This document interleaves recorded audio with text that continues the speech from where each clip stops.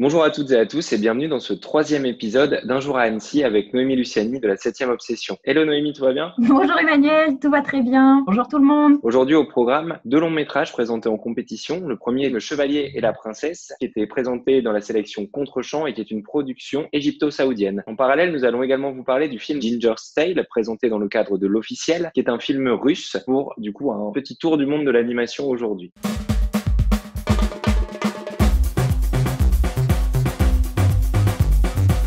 Alors, cette journée de festival, comment ça s'est passé? Encore une journée variée et agréable, assez surprenante. C'est vrai qu'avec Le Chevalier et la Princesse, je m'attendais à basculer dans un conte de fées et finalement, c'est pas exactement ce qui se passe. Commençons par ce film, Le Chevalier et la Princesse, donc un titre qui évoque les mythes extrêmement classiques des grands contes. Est-ce qu'on est sur une proposition aussi cliché? Au début, on a l'impression de l'être. Les modèles qu'on a en tête, c'est clairement ceux du second âge d'or de Disney. On a des références qui sont parfois assez mal cachées. Par exemple, le père de la princesse ressemble vraiment beaucoup au père de Jasmine dans Aladdin. Également, il faut aller chercher du côté d'Hercule. On a le méchant sorcier qui envoie deux djinns et les deux djinns ressemblent vraiment énormément à Peine et Panique, les deux petits démons du dieu Hadès dans Hercule. On a vraiment l'impression d'avoir affaire à une romance animée. Ça, un fort effet de déjà vu. On est vraiment sur une histoire d'amour toute simple ou ça va un peu plus loin qu'une histoire un peu pour jeunes enfants? Je pense que c'est vraiment pas un film pour jeunes enfants dans la mesure où autour du deuxième tiers du film, ça bascule vers un film de guerre qui est centré sur le personnage du chevalier et comment ce chevalier qui a 17 ans va devoir devenir un véritable chef de guerre. Ça parle beaucoup de stratégie, de comment surprendre l'ennemi. C'est là que le film va vraiment trouver son rythme en s'éloignant un peu du plus jeune public. C'est un film médiéval fantastique où on est plus sur du traditionnel et de l'historique. Il y a une thématique fantastique. Le grand méchant conquérant est épaulé par un méchant sorcier qui commande les deux démons. Après, pour moi, la part fantastique n'est clairement pas la plus réussie parce que elle a vraiment cette air de déjà vu. Le Chevalier et la Princesse, tu recommandes de 0 à 10 sur une échelle, où est-ce que tu le placerais? Il manque la moyenne d'assez peu, c'est-à-dire je le place à 4 sur 10 parce que je trouve qu'il est très inégal formellement. C'est un mélange d'animation 2D et d'animation 3D avec des niveaux de détail très disparates, y compris à l'échelle d'un même plan. On a un peu l'impression à le regarder que c'est comme si une maison avait été confiée par morceaux à différents architectes et qu'à la fin on avait assemblé tout d'un bloc. C'est un peu dommage et c'est un film qui met vraiment beaucoup de temps à trouver son identité,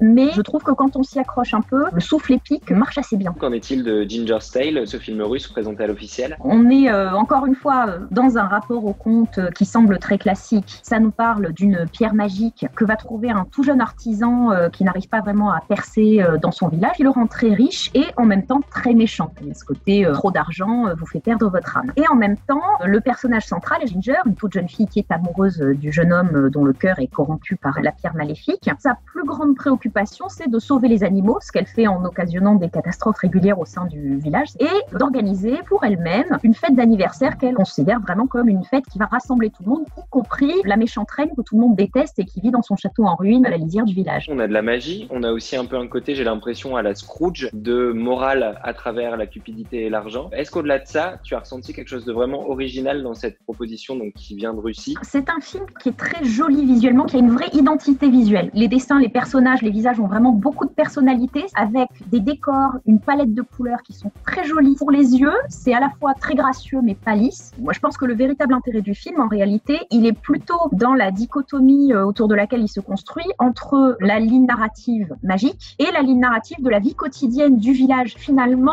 on est appelé à se rendre compte que la magie, elle est peut-être encore plus présente dans le quotidien que dans les pierres maléfiques. Et du coup, cette magie des petites choses, ça vaut quand même la moyenne? Ça vaut largement la moyenne. Pour moi, c'est un bon 8 sur 10. C'est très équilibré, c'est très fin, très sensible et réussi. Ça m'a beaucoup plu. Donc Ginger's Tale, c'est le coup de cœur du jour. Voilà pour les longs métrages et maintenant on va passer à l'instant court et parler d'un court métrage qui est un projet de fin d'études. C'est vrai que c'est une section dans laquelle j'aime bien aller puiser. C'est un film franco-israélien de Mili Pecherer qui s'appelle Ce n'était pas la bonne montagne Mohammed. C'est assez difficile de vous dire ce que ça raconte, mais comme le titre peut nous le suggérer, c'est finalement un parcours onirico-mystique sur la mer d'abord puis dans le désert avec une voix off d'une jeune fille qui mène une sorte de quête existentielle. Qu'est-ce qui t'a plu en particulier dans cette réinterprétation un peu des symboles sacrés? Ce que j'ai trouvé très intéressant là-dedans, dans la proposition visuelle, c'est comme on est très souvent en plan subjectif et avec une animation digitale qui est très proche du jeu vidéo, on se pose la question suivante, est-ce que jouer, est-ce que ça peut pas s'articuler aussi à la question de la foi, ce que le film travaille à faire de manière vraiment très gracieuse? Tu conseilles Ce n'était pas la bonne montagne Mohammed. C'est vraiment une expérience tout à fait singulière, un trip de 28 minutes. Et du coup, au programme demain, qu'est-ce qu'on regarde? Le programme de demain, j'ai choisi de me focaliser sur 2 films dans la section contre-champ et qui emploient des techniques très singulières et très marquées visuellement. Luxuriance accidentelle du rebut aqueux translucide, qui déjà devrait gagner le cristal du meilleur titre s'il y en avait un. C'est un film qui nous vient de Croatie, et Old Man, qui est un film qui nous vient d'Estonie. Merci à toutes et à tous de nous avoir suivis aujourd'hui pour donc ces 2 films. Et avec Noémie, on vous donne rendez-vous demain pour une nouvelle journée à Annecy. Merci encore. À demain.